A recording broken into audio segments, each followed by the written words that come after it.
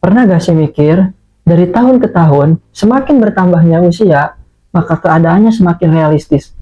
Semakin gak bisa menjawab pertanyaan, cita-citanya mau menjadi apa? Seolah pertanyaan itu hanya berlaku hanya pada masa sekolah saja. Bukan berarti ngeluh, bukan berarti juga menyerah. Tapi di tengah realita yang sudah menghantam secara bertubi-tubi, dari sekian banyaknya ekspektasi yang ternyata gak bisa sesuai harapan, tapi masih diberi kewarasan juga itu udah sangat berarti banget. Toh sebenarnya gak ada yang sia-sia kok di dalam berproses, sebab perjalanannya juga bagian dari hasil yang gak bakalan bisa didapatkan jika hanya dengan diam saja. Meskipun imbasnya hanya kebagian hikmahnya saja.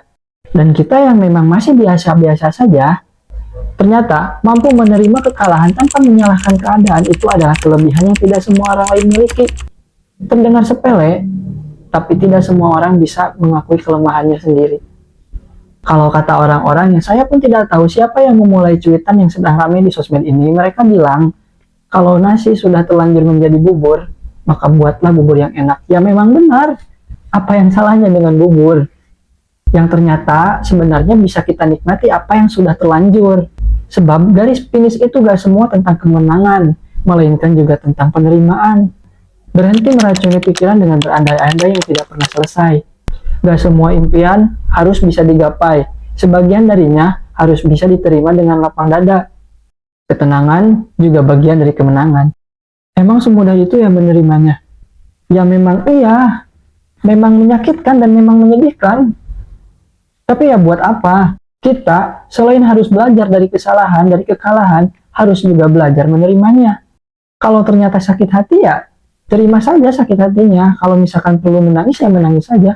Air mata diciptakan bukan untuk ditahan. Tuhan menciptakan perasaan sedih dan bahagia kepada semua hambanya. Dan cara menikmati adalah tidak mengeluh ketika sedang bersedih dan ketika sedang bahagia. Memang kesedihan itu selalu ada, tapi bukan berarti kebahagiaan itu tidak ada. Yang salahnya ya di kita sendiri yang terlalu mengukur bahagianya kita harus sama dengan bahagianya orang lain.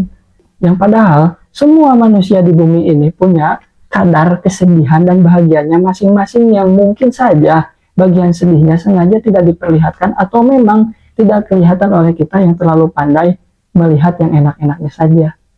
Rezeki itu memang konsepnya gaib, tapi bisa ditelaah secara gamblang. Kita yang emang terlalu mengukur bahwa rezeki kita harus sama dengan rezeki orang lain, pada saat itu juga melupakan bahwa ternyata rezeki lancar itu bukan hanya dalam bentuk angka atau dolar. Di depan orang-orang sibuk yang sibuknya keterlaluan, waktu luangnya kita adalah sangat berharga bagi mereka. Itu juga rezeki.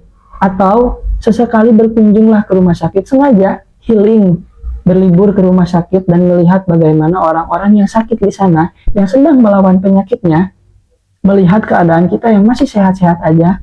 Bukankah itu seharusnya menyadarkan bahwa kesehatan adalah rezeki yang sangat tidak ternilai, yang amat sangat berharga bagi mereka. Padahal masih diberi kesempatan untuk berperan sebagai manusia, itu juga udah karunia terbesar yang Tuhan berikan. Tuhan sepercaya itu loh memilih kamu sebagai pemeran dalam cerita yang ditulis olehnya. Jadi hal baik itu adalah hak yang pasti ada datangnya. Cuman jika memang belum ada datangnya, belum ada masanya, tugas kita hanya bertahan sampai hal baik itu datang. Terima kasih sudah menyimak video singkat ini.